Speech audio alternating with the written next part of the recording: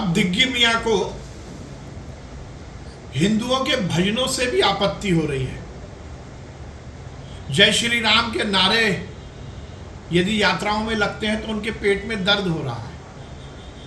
उन्होंने आज press conference में कहा कि हिंदुओं की यात्राओं में डीजे पर आपत्तिजनक गाने बजते हैं। मियां दिग्विजय सिंह जी, वो गाने नहीं होते, वो भजन होते हैं।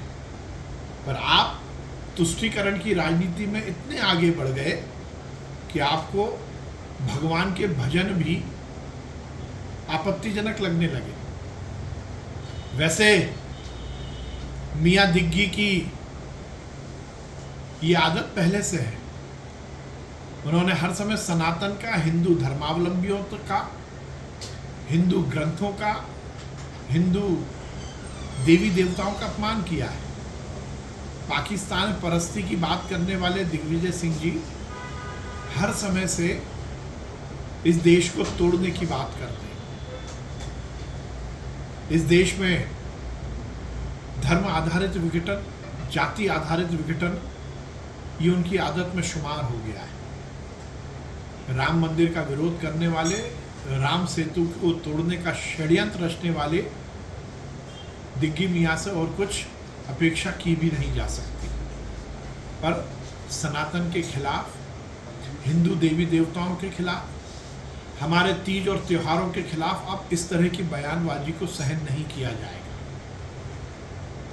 यदि इस देश में ही सनातन की यात्रा पर रोक लगने लगेगी तो फिर हम जाएंगे कहाँ? दिग्विजय सिंह जी को मैं विनम्रता के साथ कहना चाहता हूं कि हिंदू विरोधी इस मानसिकता को बदले। हिंदू देवी देवताओं का, हिंदू तीज त्योहारों का अपमान करना बंद करें। इसीलिए तो जनता उन्हें दिग्गी मियां कहती है, ये मैं नहीं कह रहा, हर जगह दिग्गी मियां इसीलिए कहलाते हैं।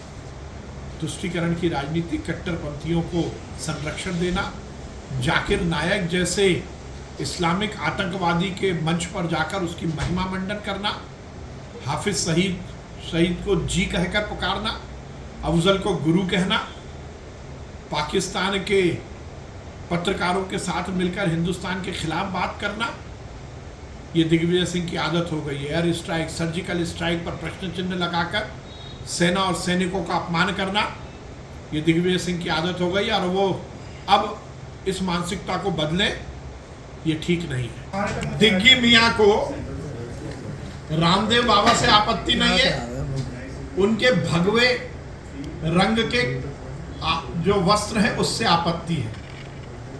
दिग्गी मियां रामदेव बाबा की बुराई कर रहे हैं, पर जाकिर नायक के मंच पर जाकर उनका महिमा मंडन कर रहे हैं। वो जाकिर नायक जो इस्लामिक आतंकवादी है। हाफिज शहीद को आप जी कहकर पुकार रहे हैं, जिसने हिंदुस्तान में आतंकवादी गतिविधियों का अंजाम दिया। दिग्गी मियां आपको अफजल गुरु दिखते हैं और रामदेव बाबा आपको विलेन दिखते हैं। वो रामदेव बाबा जिन्होंने हमारी पुरातन परंपरा योग को पूरी दुनिया से आत्मसात कराया। वो रामदेव बाबा जिन्होंने सन्यासी के रूप में इस देश में और विदेश में योग के माध्यम से लोगों को स्वस्थ रहना सिखाया। दिग्विजय सिंह जी को वो खराब लग रहा है।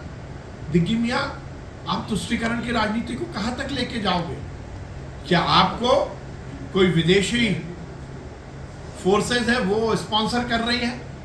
क्या आपको इस देश में सनातन के खिलाफ बात करने में मजा आता है? हर समय हिंदुस्तान और सनातन और हिंदू धर्म के खिलाफ बात करना, हमारी संस्कृति, हमारी परंपराओं पर आक्षेप लगाना, ये दिग्विजय सिंह की आदत हो गई है। भगवा आतंकवाद जैसे शब्दों के माध्यम से सनातन दर्शन को बदनाम करना, इसकी सुपारी ली है दिग्विजय सिंह ने।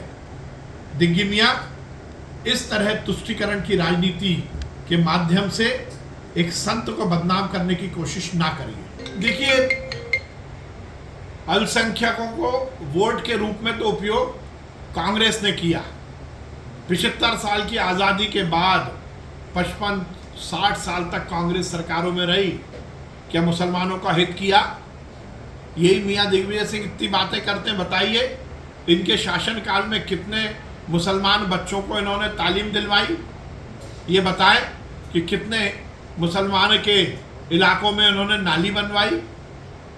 तुष्टीकरण की राजनीति करना, धर्म से धर्म को लड़ाना, फूट डालो और राज करो की नीति अपनाकर कांग्रेस केवल वोट की राजनीति कर रही है। उन्हें किसी धर्म से, किसी समुदाय के हित से कोई लेना देना नहीं है। इस देश में सेंसेशनल न्यूज़ फैलाकर सुर्खियों में बने रहना ये दिग्गी मियाँ की आदत हो गई है। उन्हें चाहिए कि अब इस तरह की आदत को वो बदले और इस देश में विघटन की राजनीति ना करें।